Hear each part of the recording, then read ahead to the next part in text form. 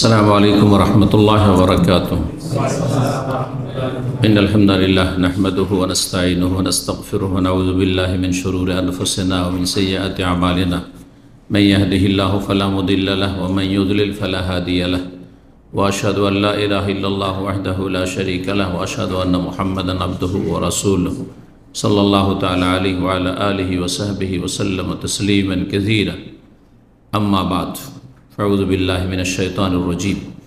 अल्लाहुल्लज़ी ख़लक़कुम मिन ज़अफ़ सुम्मा जअल मिन बादि ज़अफ़िन क़ुव्वतन सुम्मा जअल मिन बादि क़ुव्वतिन ज़अफ़न व शैबा यख़्लुक़ु मा यशा व हुवल अलीमुल क़दीर।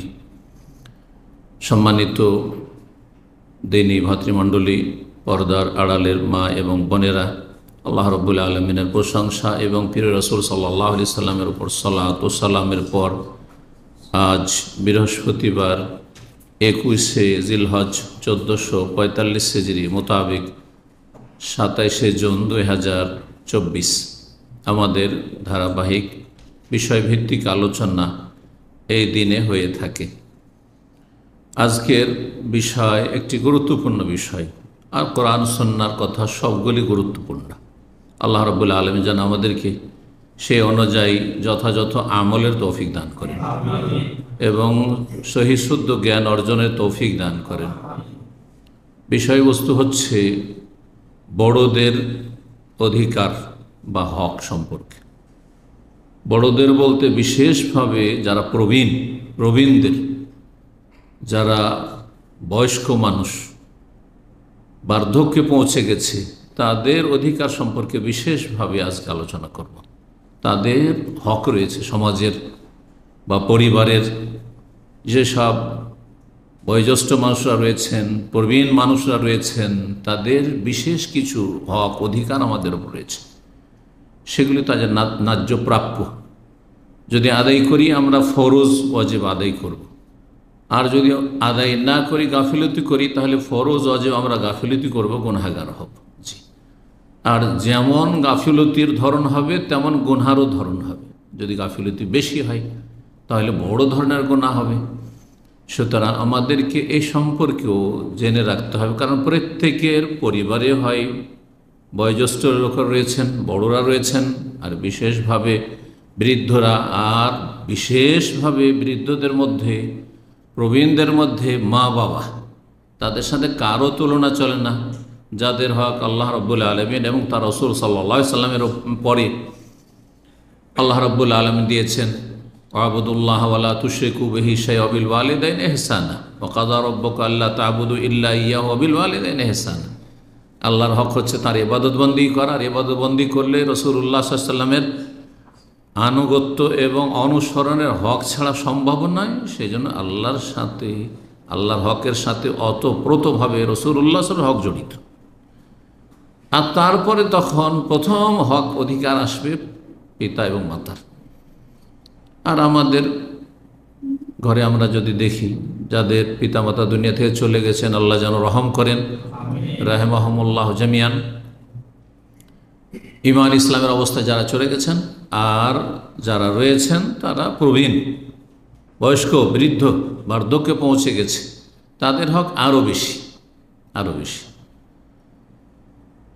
আর যদি বাবা মা নাও হয়, ভাই ধরেন বৃদ্ধ, অথবা আত্মীয় স্বজন কেউ প্রবীণ, অথবা গ্রামের সমাজের মানুষ অনাত্মীয়, অথবা মুসলিমও না, অনাত্মীয়, অমুসলিম, গ্রামের না, একটু দূরের, কিন্তু কখনো কিছু সময়ের জন্য তাদের সাথে দেখা সাক্ষাৎ। অনেক সময় আপনি কোথাও সফর করছেন, আপনি এয়ারপোর্টে রয়েছেন, অথবা আপনি বিমানে রয়েছেন, অথবা আপনি রয়েছেন বাসে রয়েছেন, বাস স্টপে রয়েছেন, অথবা ট্রেন স্টেশনে রয়েছেন, কোনো জায়গায় আপনি সেখানে অবস্থান করছেন কিছু সময়ের জন্য, আর আপনার পাশে প্রবীণরা রয়েছেন, বয়স্ক মানুষরা রয়েছেন, বৃদ্ধ মানুষ রয়েছেন, অথবা আপনি বাসে, ট্রেনে যাত্রী, আগে থেকে বসে আছেন, সিট ধরে বসে আছেন, আর সেখানে প্রবীণ মানুষরা পরে উঠছে। এই সময়গুলিতে তখন ঈমানের পরীক্ষা, এই সময়গুলিতে তখন আখলাক চরিত্রের পরীক্ষা। যেটা আমার অধিকার, আমি আগে থেকে বসে আছি, সে তো পরে এসেছে, এই মন মানসিকতা রাখেন, নাকি আপনি প্রবীণদের শ্রদ্ধা সম্মানে আপনার পরিচিত হোক আর না হোক, আপনার আত্মীয় হোক আর না হোক, হ্যাঁ, আপনার সমাজের হোক আর না হোক, আপনার জাতির হোক আর না হোক, তাদের কতটা হকের অধিকার হক আদায় করছেন বা তাদের অধিকার কতটা আপনি আদায় করছেন দেখার বিষয় রয়েছে। যদিও সবার হক একই রকমের নয়, যেমনটা বললাম, বাপ মা প্রবীণ, তাদের হক সবার আগে, তারপরে যার নিকট আত্মীয়, তারপরে দূরের আত্মীয়, তারপরে সমাজের প্রতিবেশী মুসলিম কিন্তু অনাত্মীয়, আর তারপরে অনাত্মীয় অমুসলিম বা প্রতিবেশী নয়, তাহলে তাদেরও হক রয়েছে। কিন্তু প্রত্যেকের আপন আপন জায়গায় তাদের অবস্থান বা স্তর রয়েছে, সবাই একই রকমের হক রাখে না, একই রকমের অধিকার রাখে না, কিন্তু প্রত্যেকের অধিকার রয়েছে। তো আজকে আমি 6টি হক বা 6টি অধিকার বর্ণনা করব প্রবীণদের, বৃদ্ধ মানুষদের 6টি অধিকার আমাদের উপর। আল্লাহ রাব্বুল আলামিন সেগুলি যেন আদায়ের তৌফিক দান করেন। কারণ দিন ইসলাম হচ্ছে হাক্কুল্লাহ, আল্লাহর হক আদায় করার নাম, আর হুকুকুল ইবাদ আর বান্দার হক আদায় করার নাম। যদি একটি থাকে আর একটি নেই, তা আপনি ব্যর্থ, আপনি ফেল। দুটোই যদি থাকে, দুটোকে নিয়ে চলতে পারেন, তাহলে আপনি সফল। কেউ ধরেন সহি আকিদার, মাশাআল্লাহ ইবাদত বন্দেগীতে ফরজ ওয়াজিবে কোনো ঘাটতি নাই, মুসল্লি মানে মাশাআল্লাহ তাহাজ্জুদ গুজার, আর রোজাদার মানে সোমবার বৃহস্পতি ওরা ছাড়ে না, আর এদিকে যাকাত দান সাদকা এগুলোও আছে হয়তো, আর তারপর হজ উমরা কম নয় প্রতি বছর, আর ঘন ঘন উমরা।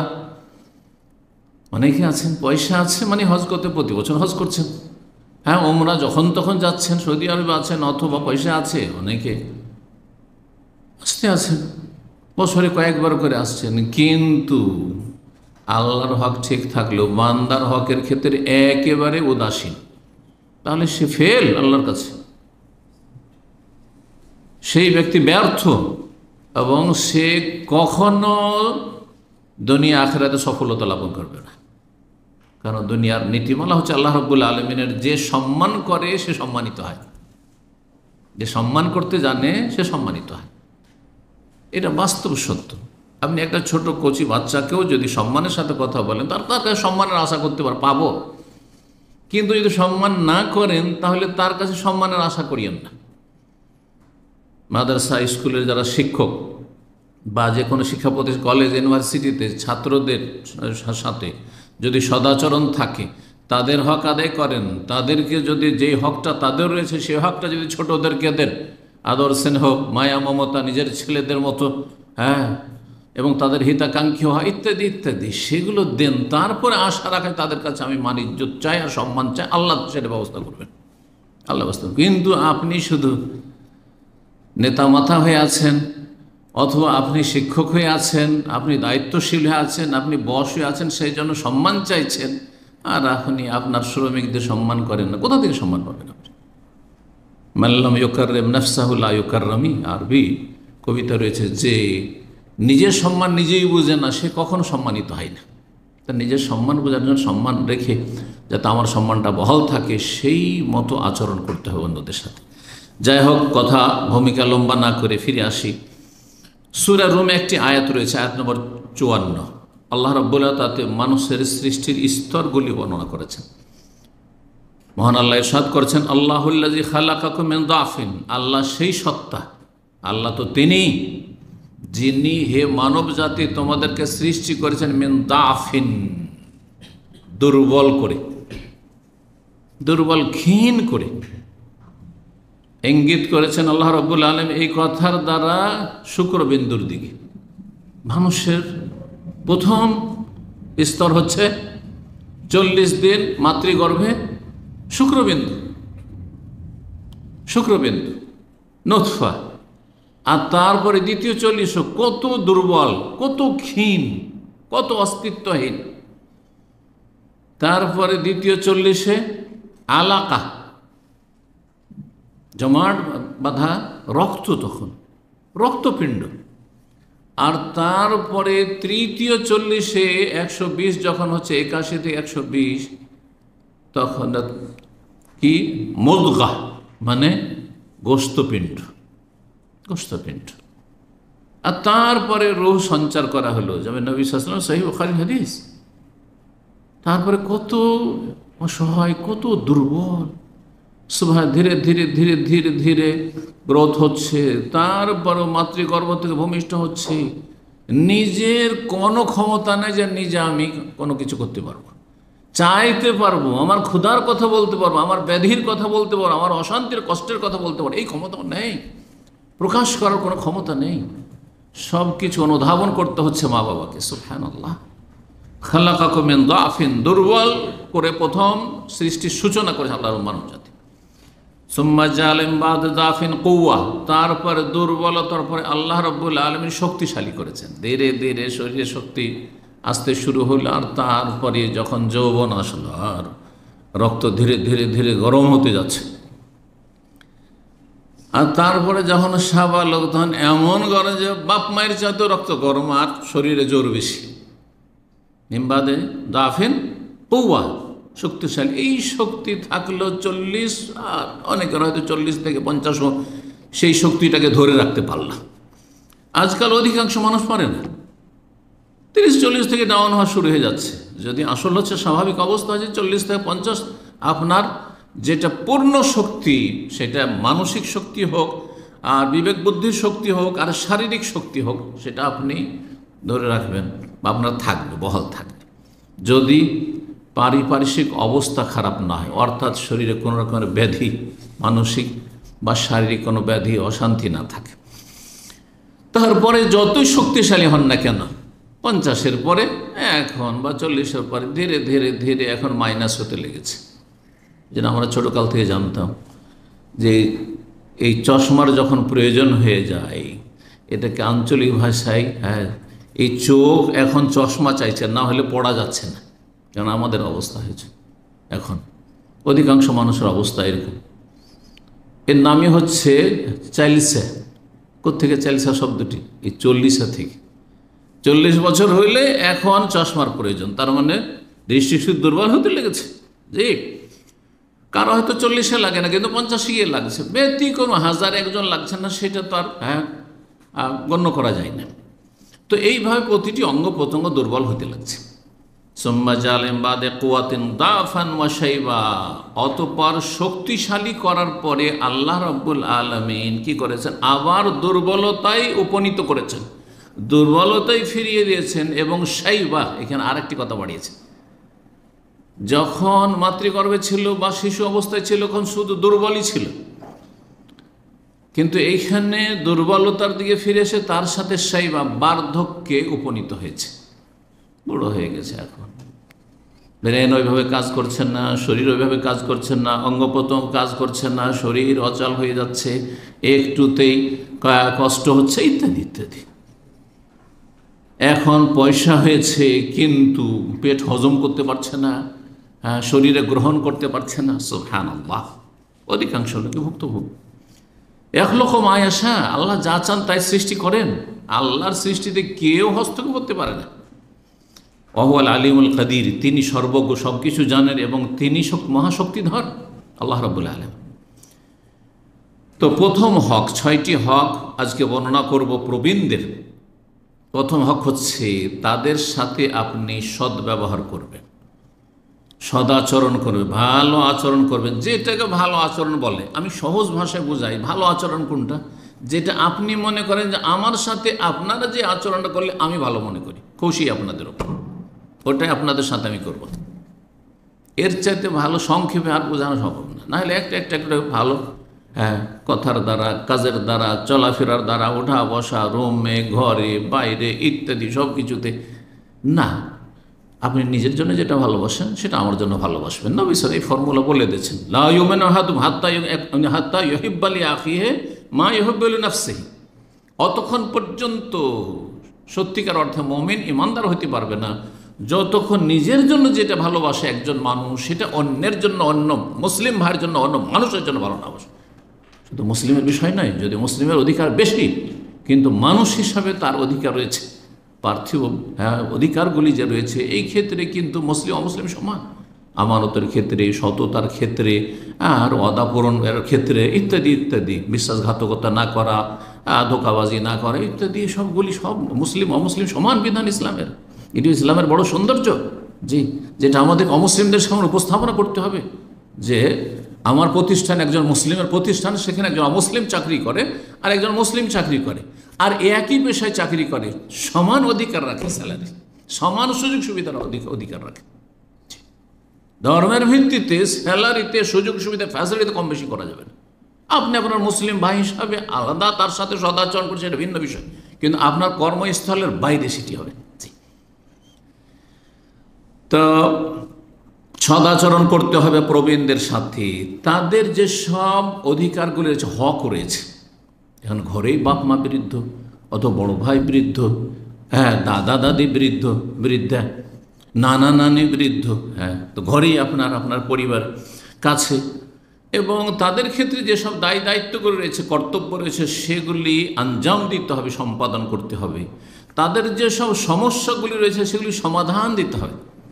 বৃদ্ধ মানুষ চিকিৎসা নিয়ে যেতে হবে, বৃদ্ধ মানুষ চলতে পারছেন না, তাকে একটু হাতটা ধরতে হবে, সে কিছু করতে পারছেন না হয়তো, কিন্তু সে মসজিদে যেতে চাও, মসজিদে তাকে সহযোগিতা করে নিয়ে যেতে হবে, মসজিদ থেকে নিয়ে আসতে হবে, ইত্যাদি ইত্যাদি।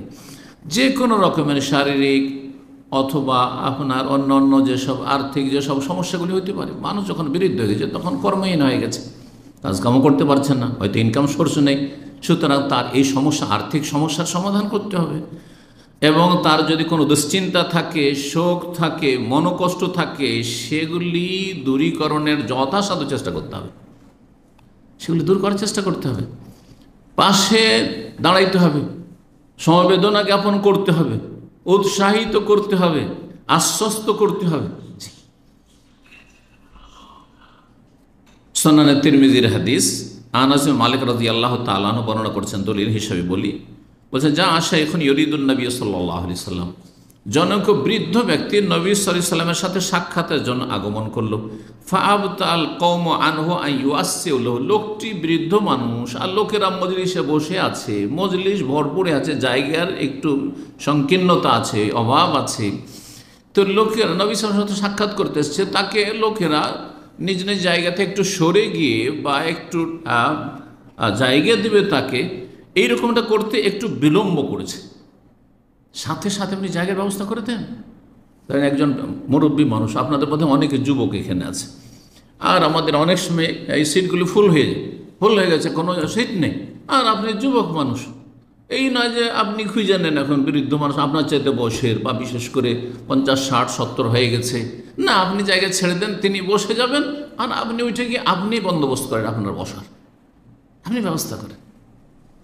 সাহাবীরা একটু দেরি করেছেন, মজলিসে বসে আছেন, ও আসছে, জায়গায় খুঁজে নেবে হয়তো, অথবা যে কোনো কারণে একটু বিলম্ব হয়েছে। ফাকালান নবী সাল্লাল্লাহু আলাইহি ওয়াসাল্লাম বললেন, লাইসা মিন্না মান লাম ইয়ারহাম সাগীরানা ওয়া ইউআক্কির কাবীরানা, আমাদের দলভুক্ত না ওইসব লোকেরা যারা ছোটদের উপর মায়া মমতা করে না, দয়া করে না, এবং বড়দের সম্মান শ্রদ্ধা করে না। আল্লামা আলবানী রাহিমাহুল্লাহ হাদিসটিকে সহিহ বলেছেন, হাদিস সহিহ। আরেকটি হাদিস রয়েছে আবু দাউদে এবং ইমাম বুখারীর আরেকটি প্রসিদ্ধ কিতাব সহিহ বুখারী আল আদাবুল মুফরাদ, যাতে আখলাক, চরিত্র, এই বিষয়গুলি সম্পর্কে হাদিসগুলি, বিশেষ করে ইবনে আব্দুল্লাহ বিন আমর ইবনে আস রাদিয়াল্লাহু তাআলা আনহু হতে বর্ণিত, বলছেন রাসূলুল্লাহ বলেছেন, মান লাম ইয়ারহাম সাগীরানা ওয়া ইয়ারিফ হাক্কা কাবীরানা, যেই ব্যক্তি ছোটদের উপর দয়া মায়া করে না, ওয়া ইয়ারিফ হাক্কা কাবীরানা, এবং আমাদের বড়দের, প্রবীণদের হক সম্পর্কে অবগত না বা অবহেলা করে, উদাসীনতা দেখাই, ফালাইসা মিন্না, সে আমাদের দলভুক্ত না, সে দলভুক্ত না। বিধানকে যদি অস্বীকারী একবারে করে তাহলে উম্মতেই না। লাইসা মিন্না বলে বহু হাদিস রয়েছে, তার মানে এনে যে উম্মত থেকে বের করে দিয়েছেন নবী সাল্লাল্লাহু আলাইহি ওয়াসাল্লাম, এটি নয়, কিন্তু এটি আমার খারিজিদের, ওই চরমপন্থীদের ব্যাখ্যা। তার ক্ষেত্র বিশেষে বেরিয়ে যাবে, যদি মনে করে যে না, আমি এই বিধান মানি না, নবী সাল্লাল্লাহু আলাইহি ওয়াসাল্লাম হাদিস মানি না, তাহলে উম্মত থেকে বেরিয়ে যাবে, কারণ সেটি কুফরি হতে পারে, ইসলামের গণ্ডি থেকে, উম্মতের গণ্ডি থেকে বেরিয়ে যাবে। কিন্তু যদি তার গাফিলতি থাকে, সব কিছু মানে কিন্তু আমলে ত্রুটি, তাহলে উম্মত থেকে বের করে দেবেন? না, উম্মত থেকে বেরো, সে গুনাহগার, মানে আমরা ভালো মানুষদের দলভুক্ত না, খাঁটি যে আমার উম্মত যারা, শুধু নামে উম্মত নাই, কাজে উম্মত, প্রকৃত উম্মত, আকিদা, আমলে, মানহাজে, আদর্শে, আখলাকে, চরিত্রে, তাদের দলভুক্ত না, আমাদের দলভুক্ত না। যেমন 5টা ছেলের মধ্যে 1টা 2টা খারাপ হইলে অনেক সময় স্ত্রীকে অনেকে বলে এইটা তোমার, এটা আমার না, তাই না? আর যদি হচ্ছে বেশি খারাপ হয় তো কি বলে, এই আমার ছেলেই নাই, তাই না? আমার সাথে এদের কোনো সম্পর্ক নেই, আমার ছেলে নেই। ছেলে নাম না, অবশ্যই আপনার ছেলে, কিন্তু অবাধ্য হওয়ার কারণে বা কষ্ট দেওয়ার কারণে এই ধরনের কথা বেরোতে। জি, 2 নম্বর অধিকার হচ্ছে প্রবীণদের, যে তাদেরকে সম্মান করতে হবে, শ্রদ্ধা করতে হবে, তাদের মর্যাদা ক্ষুণ্ণ করলে হবে না। শ্রদ্ধা সম্মান কিভাবে হয়? প্রথম অন্তরে শ্রদ্ধা সম্মান। কাজে কর্মে সম্মান করার আগে অন্তরে শ্রদ্ধা সম্মান হইতে হবে। অনেকে তুচ্ছ তাচ্ছিল্য করে। একটা বৃদ্ধ মানুষ হয়তো অপরিষ্কার লিবাস পোশাকে চলাফেরা করে, আমাদের মতো আপনাদের মতো তো পারবে না, বা যুবকদের মতো স্মার্ট হইতে তার পারবে না। বয়সের সাথে একটা খানিকটা সম্পর্ক আছে এই বিষয়গুলির। তো অনেক সময় যুবকরা মানে অরুচি বোধ করে তাদের সাথে বসতে, বা একটু ঘৃণা প্রকাশ করে, তুচ্ছ তাচ্ছিল্য করে। না, এটা যেন না হয়। অন্তরে যেন ইজ্জত সম্মান থাকে, সম্মান থাকে। যেমন প্রবীণদের পাশে বসা। বাপ মা অনেকে বড় বড় শিক্ষিত হয়েছে, পয়সা তো যথেষ্ট বাপ মাকে দিচ্ছে, কিন্তু তাদের সাথে বসে যে 10 মিনিট আধা ঘন্টা কথা বলবে, প্রতিদিন সকাল বিকালে একটু দেখা সাক্ষাৎ করবে, তাদের পাশে বসবে, তাদের সমস্যাগুলি বুঝবে, এমনিও বসে একটু গল্প, এতে যে বাপ মা কত শান্তি পায়, বা প্রবীণ দাদা দাদি, নানা নানি যদি থাকে, কত যে শান্তি পায় যে আমার ছেলেটা, আমার মেয়েটা, বা আমার নাতি, আমার নাতিন আমার পাশে বসে প্রতিদিন কথা বলে, আমাকে জিজ্ঞাসা করে সুখ দুঃখের কথা। চিন্তা করেন, এই বিষয়গুলি আমাদেরকে চিন্তা করতে হবে। বসতে হবে তাদের সাথে, নাক ছিটকালে হবে না, এবং তাদের সাথে কথা বলতে হবে, তাদের কথাগুলি শুনতে হবে। শোনার ক্ষেত্রেও আপনি বসে আছেন, হয়তো অনেকে বসছেন, আজকাল তো এই স্মার্টফোনের ফিতনার যুগে আর ইন্টারনেটের ফিতনার যুগে এই যে কোন বড় ফিতনা, সুবহানাল্লাহ, মানব জাতিকে গ্রাস করে ফেলেছে। আর মুসলিমরাও এতে আপনার যে আবহাওয়া, সেই আবহাওয়াতে একাকার হয়ে গেছে অমুসলিমদের সাথে। যদি বসেও এক সময় বাপ মা ছেলে মেয়েদেরকে নিয়ে বসলে তার দিকে তাকিয়ে আছে যে বাপ মা কি বলবে। আমাদের যুগটা এরকম ছিল। তারপর আমাদের সাহস হয়নি যে চোখে চোখ মিলিয়ে বাপ মায়ের সাথে কথা বলবো। হ্যাঁ, নিচে মাথা করে থেকেছি আর মনোযোগী হয়ে থেকেছি, কি কথা বলছে এক একটি কথা শুনেছি, আমরা শুনেছি। কিন্তু এখন বসলেও দেখা যাচ্ছে যে মোবাইল টিপাটিপি করছে, এইদিকে বসে আছে, বসে আছে ঠিকই, ওর বডি বসে আছে, ওর অন্তর মোটেই নেই বাপ মায়ের সাথে, ওর অন্তর দাদা দাদি, নানানি বা মুরব্বী বা সমাজের যে প্রবীণরা রয়েছে তাদের সাথে মোটেই নাই। হয়তো এমনি বসে আছে, ব্যাস কিছুক্ষণ বসেছিল, কিন্তু নিজের কাজ করেছে, সে নিজের তালে থেকেছে। এটা তার বসা হলো না, এই তো তার পাশে দাঁড়ানো বা তার সাথে সমবেদনা জ্ঞাপন হলো না, বা তাকে সময় দেওয়া হলো না। শুনতে হবে, কোনো অভিযোগ থাকলে অভিযোগগুলি শুনতে হবে। একটা কোনো কথা বৃদ্ধ মানুষ বলতে বিরক্তি বোধ করা, এটা বদ অভ্যাস অধিকাংশ লোকের। বৃদ্ধ মানুষ কোনো কথা বললে একটুতেই বিরক্তি বোধ করা, আরে বাদ দেন, এইসব ঝামেলা যায়েন না আপনি, বাদ দেন এইসব কথা, না না না, শোনেন ঠান্ডা মেজাজে, তারপরে ভালোভাবে কথাটিকে আপনি নেওয়ার চেষ্টা করেন, ভালোভাবে বোঝাবার চেষ্টা করেন, উড়িয়ে দিয়েন না।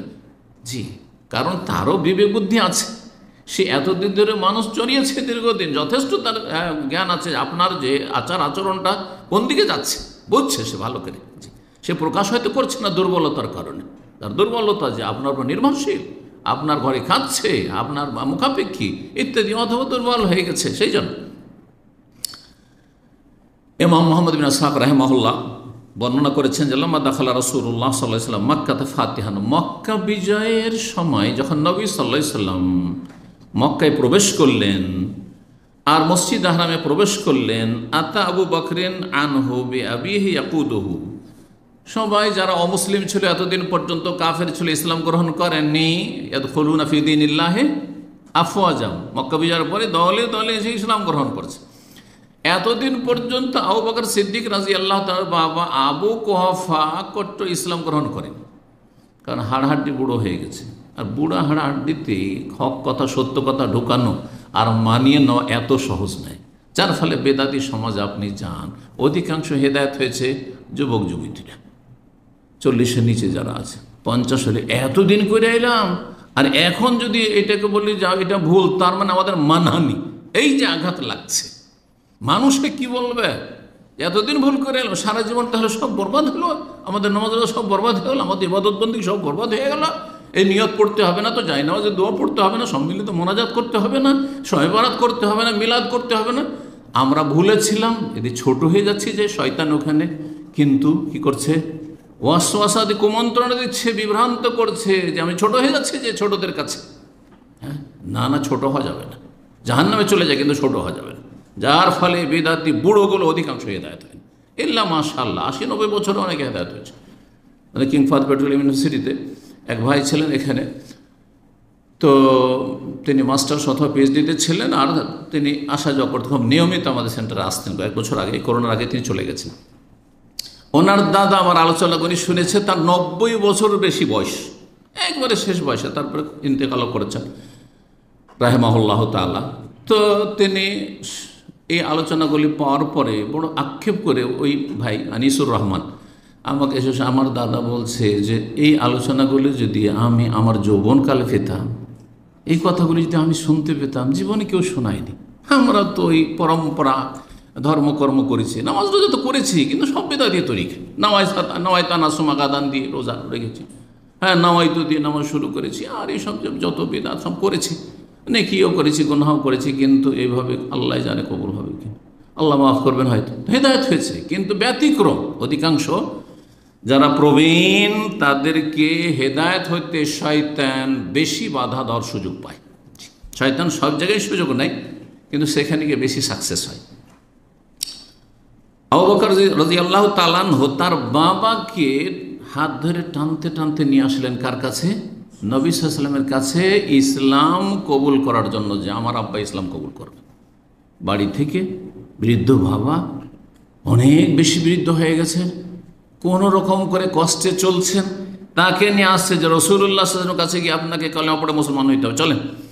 ফালাম্মা রাহু রাসূলুল্লাহ সাল্লাল্লাহু আলাইহি ওয়াসাল্লাম, যখন দেখলেন রাসূলুল্লাহ সাল্লাল্লাহু আলাইহি ওয়াসাল্লাম আবু বকরকে যে তার বাবাকে এইভাবে নিয়ে আসছে, কালা বললেন, হাল্লা তারাক্তা শেখ ফি বাইতিহি। শেখ মানে এলেমের শেখ নয়, এই শেখ মানে বয়সের শেখ। শেখ কয় রকমের বলেছি এর আগে? 3 রকমের। এলেমের শেখ শেখুল এলম, আর এক হচ্ছে শেখুল মাল, পয়সার শেখ। আরবদেরকে শেখ বলা হয়, এ দুবের শেখ, দুবের শেখ কিসের শেখ? হ্যাঁ, 30 বছর বয়স বছর দুবের শেখ। কোথেকে শেখ এগুলো? ওই পয়সার শেখ, হ্যাঁ, ধনাঢ্য ধনকুপকে শেখ বলা হয়। আর এক শেখ হচ্ছে আরবিতে শেখুল অমর, এজের বয়সের শেখ। তো এই ছিল বয়সের শেখ। তো হাল্লা তার একটা শেখ, এই বৃদ্ধ মানুষকে তুমি কেন বাড়িতে ছেড়ে দাওনি? ফি বাইতে হাত্তা আকুনা আনা আতিয়া ফি, আমাকে বলতে আমি যেতাম তাকে কলমা পড়াই তোমাদের বাড়িতে, তোমার বাবার ঘরে। কেন তাকে কষ্ট করে এরকম করে নিয়ে আসলে? সুবহানাল্লাহ। রাসূলুল্লাহ সাল্লাল্লাহু আলাইহি সাল্লাম, চিন্তা করুন, আজকালকার পৃথিবীর ধরেন বড় একটি দেশের রাষ্ট্রনায়ক, চিন্তা করতে পারেন যে এই ধরনের কথা, আমি তার বাড়ি যেতাম, কেন তাকে নিয়ে আসবো? যার কাছে দেখা সাক্ষাতের কোনো সুযোগই পাওয়া যায় না। নবী সাল্লাল্লাহু আলাইহি সাল্লামের কাছে যে কোনো মানুষ এসে দেখা সাক্ষাৎ করতে পারে, নর হোক, নারী হোক, ছোট হোক, বড় হোক। আর তারপরে বলছেন যে আমি যেতাম, কেন তুমি কষ্ট দিয়ে তাকে নিয়ে আসলে?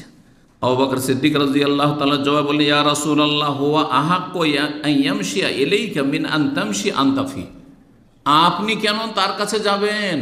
তার বেশি অধিকার যে সে আসবে আপনার কাছে, এসে ইসলাম কবুল করবে।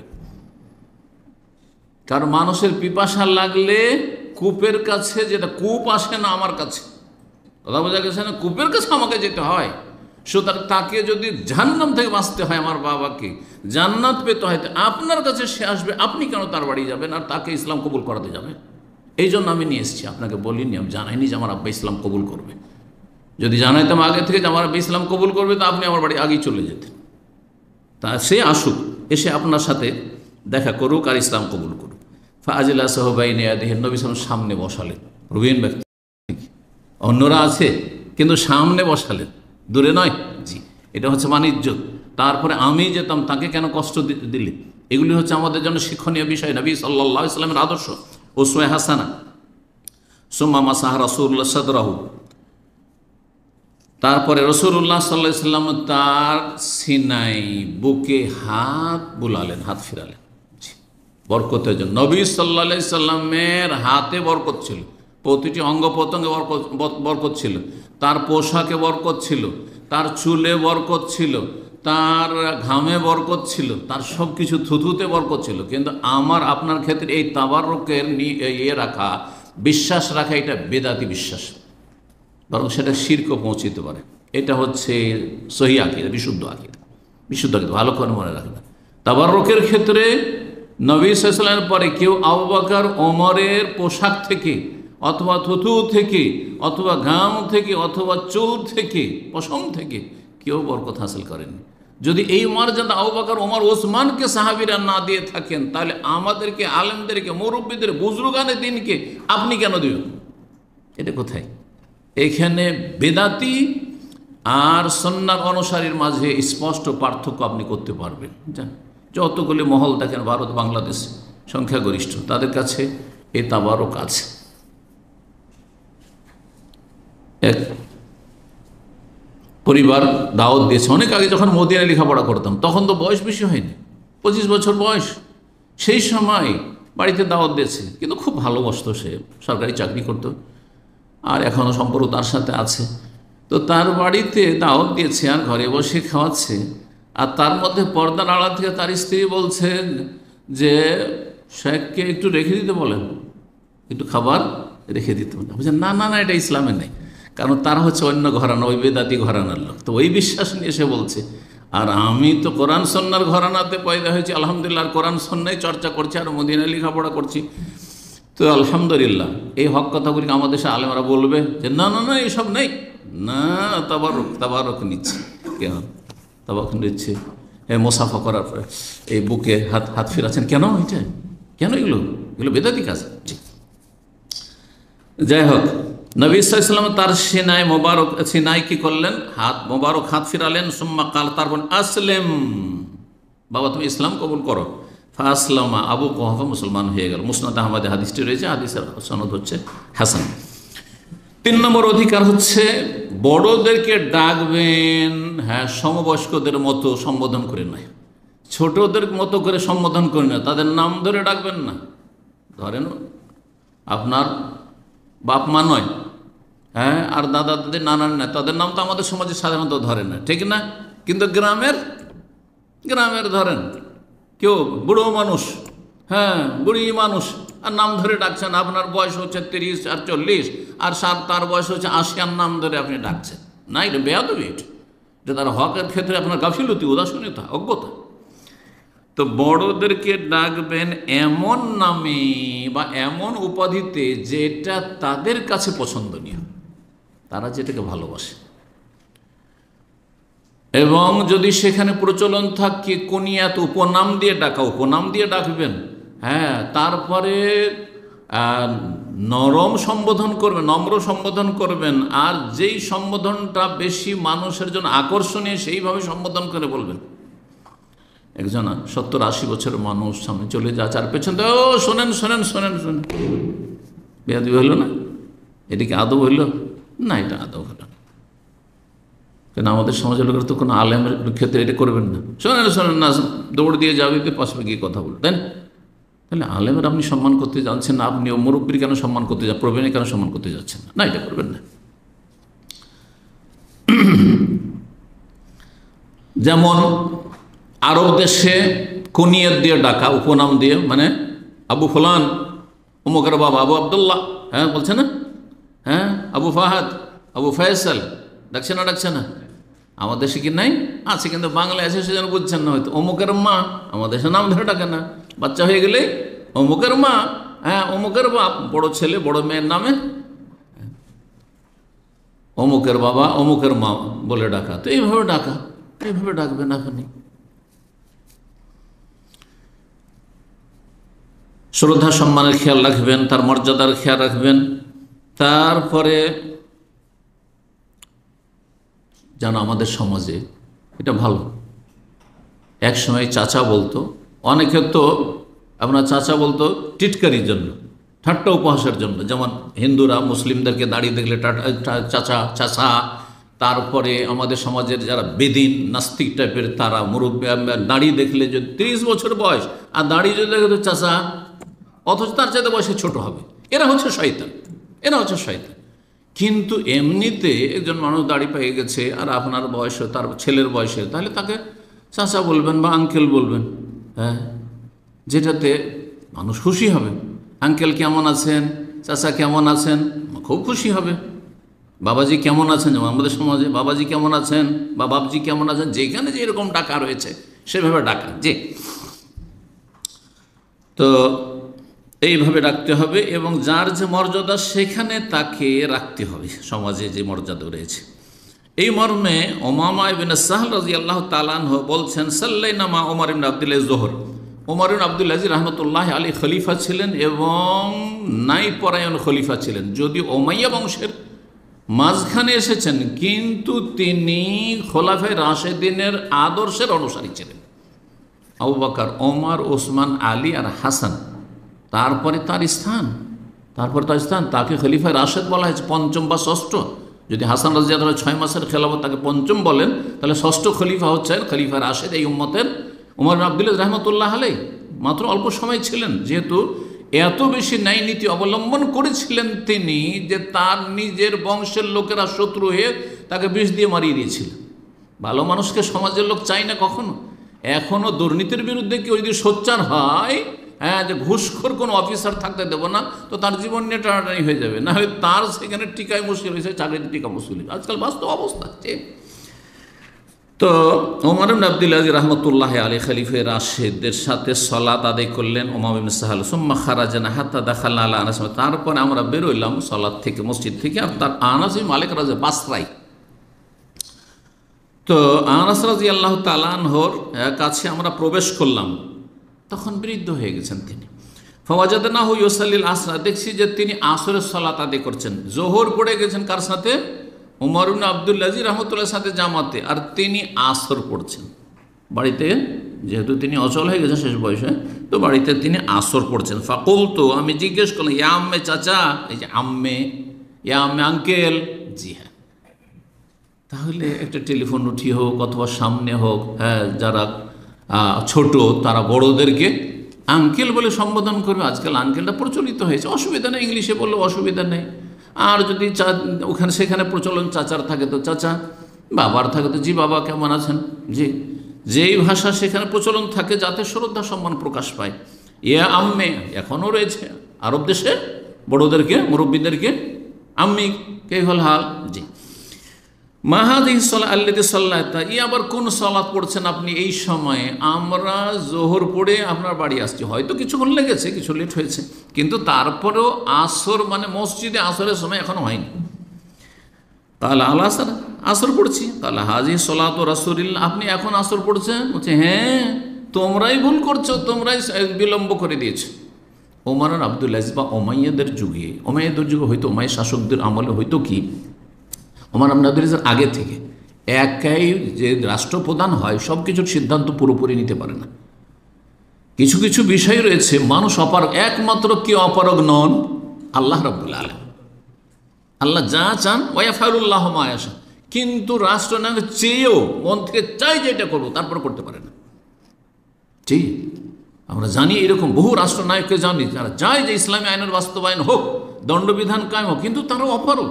সে বাইরের শত্রুর কারণে হোক, ঘরের শত্রুর কারণে, ঘরে এমন বেশি শত্রু আছে, সুবহানাল্লাহ।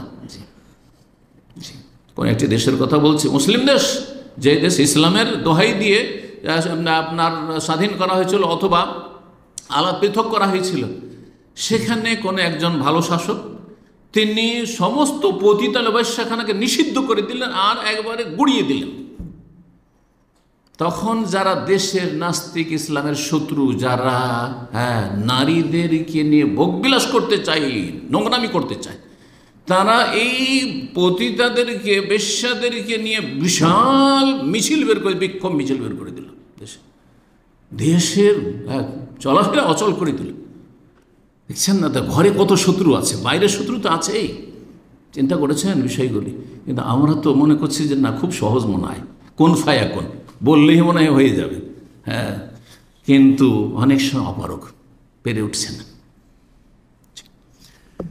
তো আল্লাহ রাব্বুল ভালো জানছেন সে পারছে না না করছে না, ওই হিসাবে আল্লাহ হিসাবে নেবেন প্রত্যেকের। জি। তো উমাইয়াদের যুগে ছিল কি, আপনাদের এর আগেও বলেছি যে প্রথম যুগ থেকে খোলাফা রাশেদরা নিজেরাই 5 ওয়াক্তে ইমামতি করতেন। উমাইয়া বংশের রাজত্ব 132 পর্যন্ত চলেছে, তারাই কি করতেন, রাজত্ব করতেন আর মসজিদের ইমামতিও করতেন, 5 ওয়াক্তে ইমামতি করতেন, 5 ওয়াক্ত ইমামতি করতেন। তারপরে আব্বাসীয়রা যখন আসলো 132 পরে, তখন তারা ধীরে ধীরে বিলাসী হয়ে গেল। আর তারপরে তারা বলে যে এই কাজ আমাদের দ্বারা সামলানো সম্ভব না, মসজিদে 5 টাইম গিয়ে নামাজ পড়বো না, নামাজ তো তারা ছিল। আজকালকার শাসকদের মতো এমন ছিল না। আজকাল অধিকাংশ শাসক তো ইল্লাহ রাহেমাল্লাহ, নামাজের কোনো খবরই নেই, দিনের খবর নেই, তৌহিদ সুন্নাহর কোনো খবর নেই, দিনের কোনো জ্ঞান নেই। আল্লাহ রহম করে, আল্লাহ হেদায়েত দান করেন। জি। তো জাতির এই দুরবস্থার কারণই হচ্ছে এটি আসলে। জি, আমাদের কাছে আসলে ওই রকমের সৎ নেতৃত্বের বড়ই অভাব রয়েছে। তো যাই হোক, তো কি বলছিলাম, তাদের দিনের উপর আমল ছিল হয়তো, কিন্তু বিলাসিতা ছিল। আর নামাজ পড়াইতে পারবো না, আমরা দেশ শাসন করছি, আর এই আলেম ওলামা ফোকাহা রয়েছেন, তারা তোমরা মসজিদ সামলে না, তোমরা ইমামতি করো, এটা পরে শুরু হলো। দেখ, এইখান থেকে কিন্তু সেকুলারিজম, দিন আলাদা দুনিয়া আলাদা শুরু হলো। কিন্তু উমাইয়া বংশে 132 পর্যন্ত দিন আর দুনিয়া দুটোকে একসাথে নিয়ে চলা হয়েছে। যেমন আলহামদুলিল্লাহ সৌদি আরবে আপনি সরকারি মাদ্রাসা, এখানে মাদ্রাসার স্কুলে কোনো পার্থক্য নেই। কিন্তু আমাদের দেশে মাদ্রাসা আলাদা আর স্কুল আলাদা। স্কুল মানে দুনিয়া শিখেন, দিনের কোনো বালা নেই, দিন শিখবেন না আপনি। আর মাদ্রাসা মানে দিন শিখেন, এখানে আবার দুনিয়া শিখার তেমন সুযোগ নেই। কিন্তু সৌদি আরবে একটা ছেলে ক্লাস 1 থেকে তৌহিদ পড়ছে, ফিকহে পড়ছে, হাদিস পড়ছে, আর তারপর আরবি ভাষাও পড়ছে, আর তার সাথে আপনার তফসিরও পড়ছে, আর তার সাথে দুনিয়াও পড়ছে, ভূগোল পড়ছে, বিজ্ঞান পড়ছে, আপনার ম্যাথ পড়ছে, সব কিছুই পড়ছে, আর একসাথে নিয়ে চলছে। এটা হচ্ছে সঠিক ইসলাম। আল্লাহ জানে সঠিক ইসলামের দিকে প্রতিটি মুসলিমকে এবং মুসলিম জাতিকে ফিরে আসার তৌফিক দান করেন। তো এই উমাইয়া আমল খোলাফা রাশেদের যুগ পর্যন্ত আপন ওয়াক্তে, আউয়াল ওয়াক্তে, উত্তম ওয়াক্তে সালাতগুলি আদায় করা হতো। কিন্তু উমাইয়া বংশের শাসকরা ইমামতি করলেও তারা যতক্ষণ না যাচ্ছে মসজিদে, ইমামতি হচ্ছে না, তাদের অপেক্ষা করতে হচ্ছে। আর তারা আরাম বিশ্রাম করছে, কে উঠায়, উঠছে, এই করতে লেট হয়ে যেত, যার ফলে নামাজগুলো বিশেষ করে দুপুরে খেয়ে দিয়ে বিশ্রাম, কাইরুল্লাহ, সুতরাং আসর লেট, আর রাত্রে ঘুমিয়েছে, ফজর লেট। এই যে ফজরে বিলম্ব করা আর আসরে বিলম্ব করা হানাফি মযহাবে প্রচলিত না, কমপক্ষে 1 থেকে 1.5 ঘন্টা, 2 ঘন্টারও পার্থক্য রয়েছে।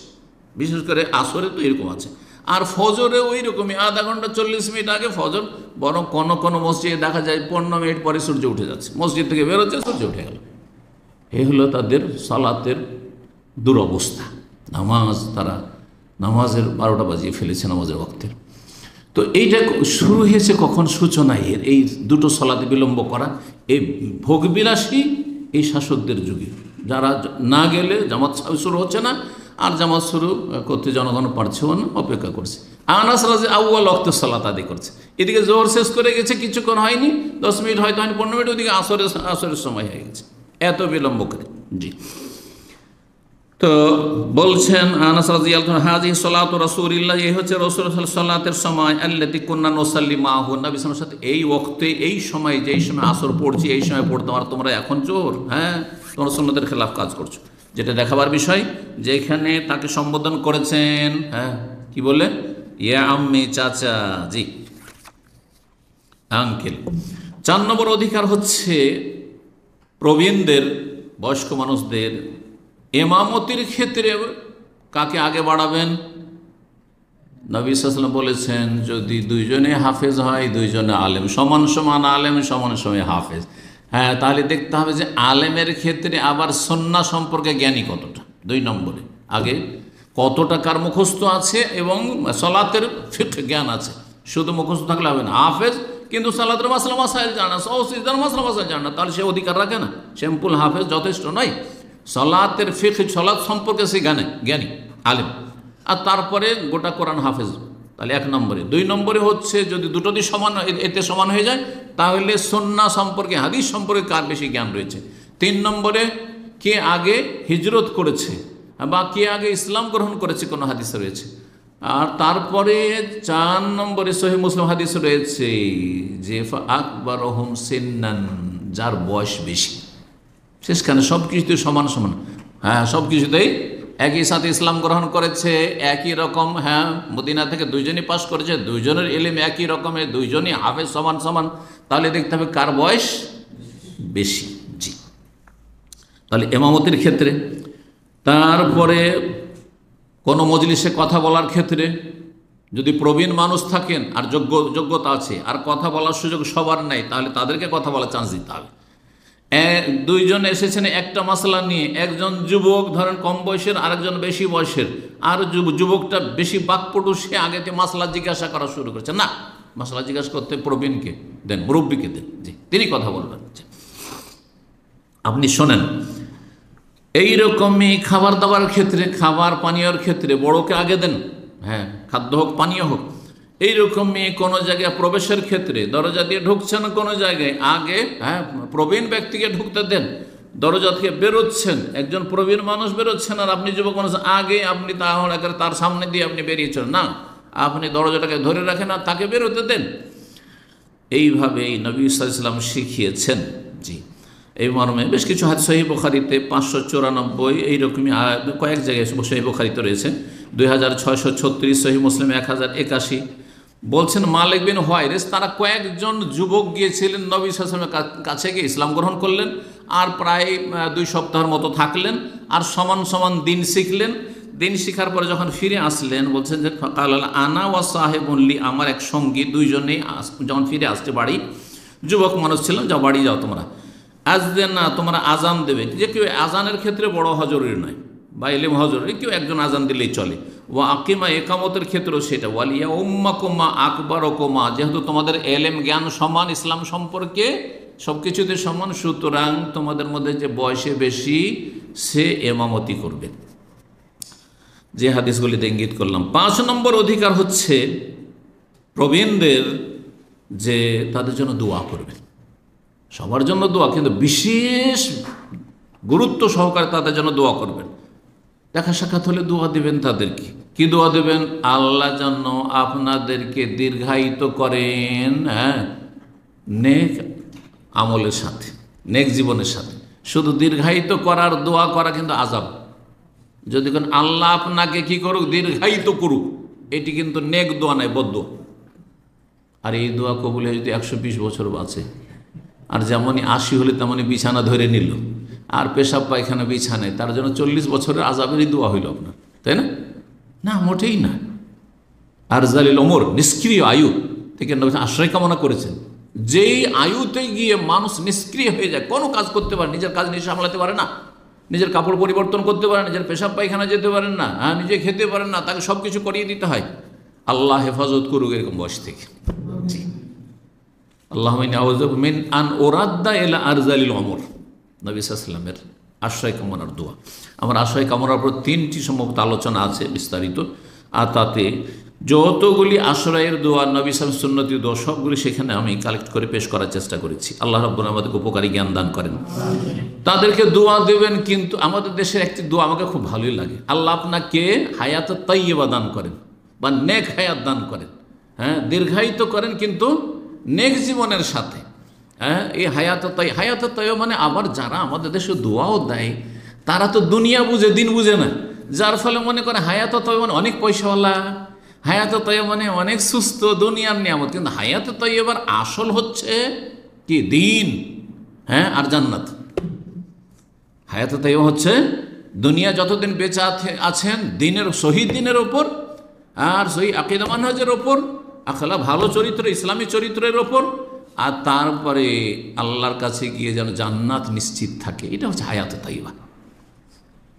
মান আমিলা সালিহাম মিন যাকারিন আও উনসা, যদি ভালো আমল করে, নর হোক আর নারী হোক, ফালানুহিয়ান্নাহু হায়াতান ওয়া হুয়া মুমিন, ঈমানের অবস্থায়, ঈমানের অবস্থায়, কুফরের অবস্থায় নয়, শিরকের অবস্থায় নয়। ফালানুহিয়ান্নাহু হায়াতান, তাহলে তাদেরকে হায়াত তাইয়্যিবা দেব। হায়াত তাইয়্যিবা মানে জান্নাতের জীবন। জান্নাতের জীবন। তাহলে হায়াতে তাইয়্যিবা মানে আমরা সীমিত নিয়ত করব, বলবো হায়াতে তাইয়্যিবা, আর নিয়ত করলাম যে আল্লাহ যেন আপনাকে অনেক পয়সা দেয়, আল্লাহ হায়াতে তাইয়্যিবা দিক, আল্লাহ আপনাকে অনেক যেন আয়ু দেয়। না না না, এটা আপনি সীমিত করে দিলেন আপনি। তো দোয়া করবেন আল্লাহ যেন তাদেরকে নেক হায়াত দান করেন, সুস্থতার হায়াত দান করেন, নেক আমলে তৌফিক দান করেন, ভালো কাজের তৌফিক দান করেন, হ্যাঁ, এবং আল্লাহ রাব্বুল আলামিন যেন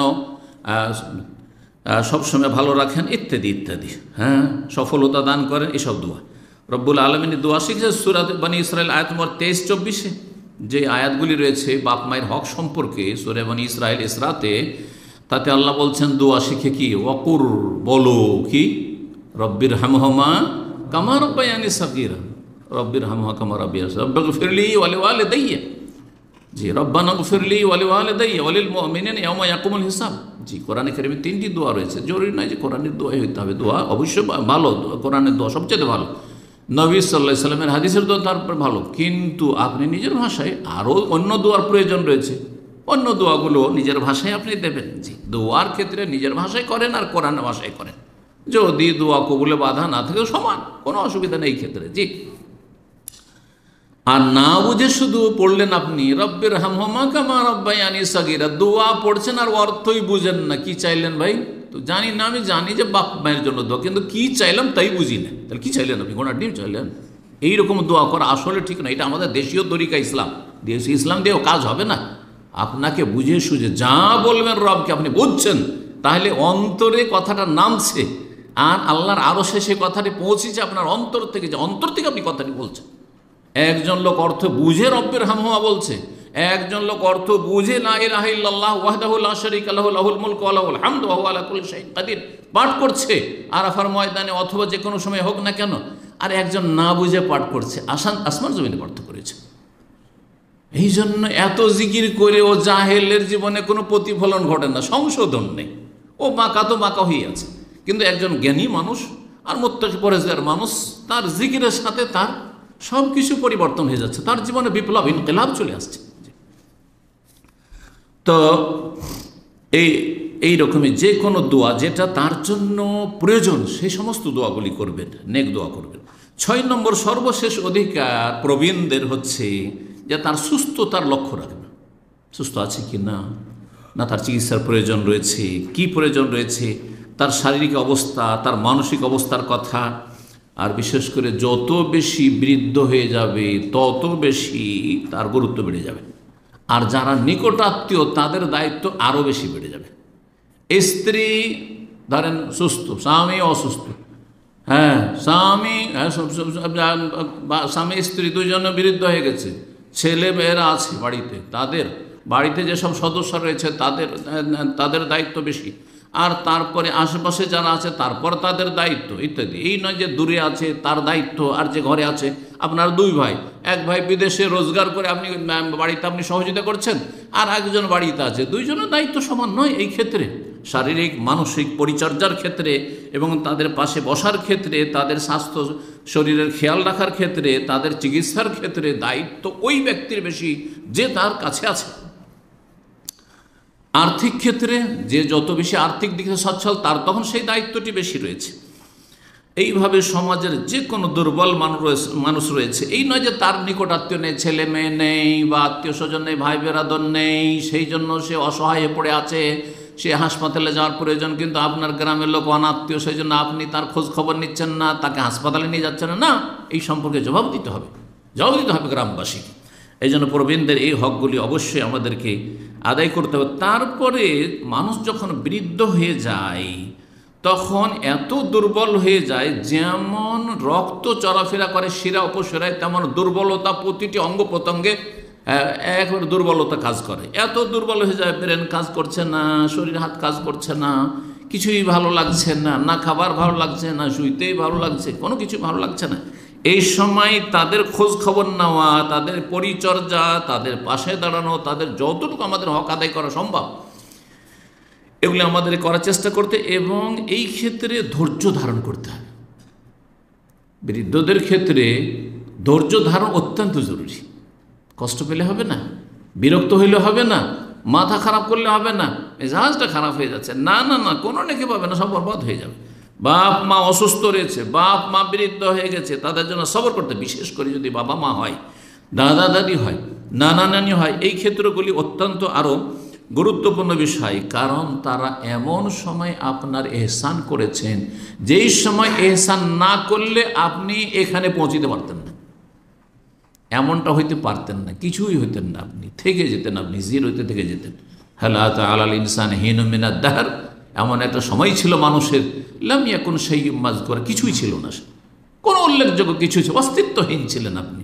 তাহলে আল্লাহ রাব্বুল আলামিন সৃষ্টি করেছেন, কিন্তু আপনার আমার এত দূর বেড়ে আসার পেছনে যেই শ্রম আর যার শ্রম কাজ করেছে তারা হচ্ছেন আল্লাহর এহসানের পরে বাবা মায়ের এহসান, মাতা পিতার এহসান। সুতরাং আহসান কামা আহসান আল্লাহু ইলাইহি, আল্লাহ যেমন বাপ মায়ের মাধ্যমে এহসান করেছেন আমাদের দুর্বল সময়ে, অসহায় যখন ছিলাম তখন, সুতরাং তাদের সাথে এহসান করতে হবে।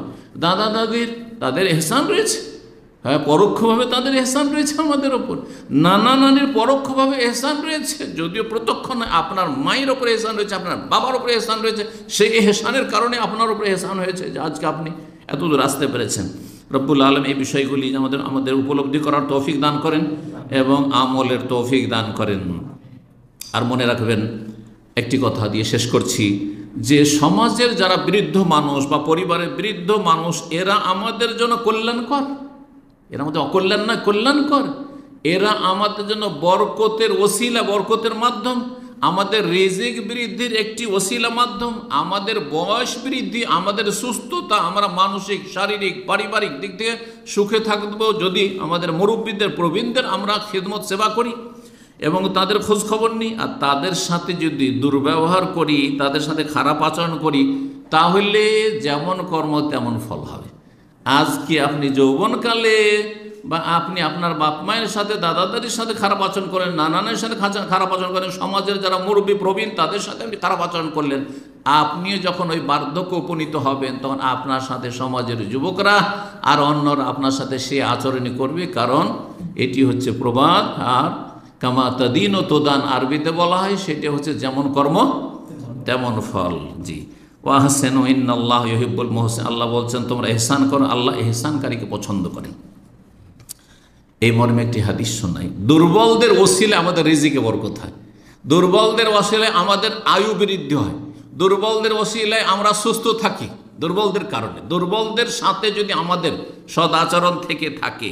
সহিহ বুখারী 2681 নম্বর হাদিস, মুসাব বিন সাদ বর্ণনা করছেন যে সাদ আমার বাবা একবার, যেহেতু তার ধন দৌলত ছিল আর সুস্থতাও ছিল, খুব সবল মানুষ, সুঠাম মানুষ ছিলেন, মনে মনে তার একটা বিষয় ছিল যে আমি অন্যদের চাইতে অনেক সিনিয়র, শ্রেষ্ঠ। নবী সাল্লাল্লাহু আলাইহি ওয়াসাল্লাম অনুধাবন করতে বলেন বিষয়টি, তখন বলেন হাল তুনসারুনা ওয়া তুরজাকুনা ইল্লা বিদুআফাইকুম, তোমাদেরকে যে সাহায্য করা হয় এবং তোমাদেরকে যে রিজিক দেওয়া হয় তোমাদের সমাজে, পরিবারে যারা দুর্বল আছে তাদের ওসিলাতে, তাদেরকে তোমরা দেখাশোনা করো, সেই জন্য আল্লাহ তোমাদেরকে রিজিক দেন এবং তোমাদের সাহায্য করে থাকেন। আবু দারদা রাদিয়াল্লাহু তাআলা আনহু বলছেন, সামিয়াতুন নবী সাল্লাল্লাহু আলাইহি ওয়াসাল্লাম, নবী সাল্লাল্লাহু আলাইহি ওয়াসাল্লামকে বলতে শুনেছি। এই মর্মে আরেকটি হাদিস, নবী সাল্লাল্লাহু বলছেন, ইবগুনি দুআফা আকুম, আমাকে হাসরের মাঠে তলাশ করিও দুর্বলদের মাঝে। হাসর মাঠে যখন তলাশ করবে, যেখানে বড় বড় নেতারা আছে আর বড় বড় যারা দুনিয়ার ওই রকম ধনকুব ছিল, বড় বড় পয়সা দিয়ে অনেক দান খয়রাত করেছে আর তারপরে অনেক হজ করেছে, উমরা করেছে, এইরকম লোকের কাছে খুঁজে পাবে না, পাবে খুঁজে ওদের কাছে যারা সমাজের দুর্বল অসহায়। সমাজের নেতা মাথার কাছে খুঁজে পাবে না, আমাকে খুঁজে পাবে সমাজের যারা দুর্বল, অসহায়, হ্যাঁ, যারা দুর্গত, একেবারে কঠিন আর্থিক দিক থেকে, মানসিক দিক থেকে, শারীরিক দিক থেকে, অঙ্গ প্রত্যঙ্গের দিক থেকে, বিভিন্ন দিক থেকে খোঁড়া, অক্ষম ইত্যাদি, তাদের মাঝে খুঁজি আমাকে। ইবগুনি দুআফা, তোমাদের দুর্বলদের মাঝে আমাকে তলাশ করিয়ে হাসরের মাঠে। ফাইন্নামা তুরজাকুনা ওয়া তুনসারুনা বিদুআফা, কারণ তোমাদেরকে সাহায্য করা হয়, সাহায্য প্রাপ্ত হও তোমরা এবং তোমাদের রিজিকে বরকত দেওয়া হয় তোমাদের দুর্বলদের ওসিলায়। তিরমিজির হাদিস 1624 নম্বর, মুসনাদে আহমদ এবং সহিহ মুসলিমে হাদিসটি রয়েছে। আরও বিভিন্ন হাদিসের কিতাবে রয়েছে, এখানে আলোচনা শেষ করছি। রব্বুল আলামিন যেন আমাদেরকে যথাযথ প্রত্যেকের হক আদায়ের তৌফিক দান করেন। আমাদের সমাজে, আমাদের পরিবারে ছোট রয়েছে, তাদের হক আদায়ের তৌফিক দান করেন। আর বিশেষ করে যেহেতু আলোচ্য বিষয় হচ্ছে প্রবীণদের বড়দের হক যথাযথ আদায়ের তৌফিক দান করেন। আল্লাহ রব্বুল আলামিন তার আগে তার হক আদায়ের তৌফিক দান করেন। ফারায়েজ ওয়াজিব যেগুলি আল্লাহর দ্বীনের সেগুলি আদায়ের তৌফিক দান করেন। মানুষের হক আদায় করার তৌফিক দান করেন, তার সৃষ্টির হক আদায়ের তৌফিক দান করেন। সমস্ত গুনাহ থেকে, পাপ থেকে, আল্লাহর পাপের রাস্তা থেকে আল্লাহ বাঁচিয়ে রাখেন। ওয়া সাল্লাল্লাহু সাল্লাম নবিয়ানা মুহাম্মদ ওয়া আলা আলিহি ওয়া সাহবিহি আজমাইন।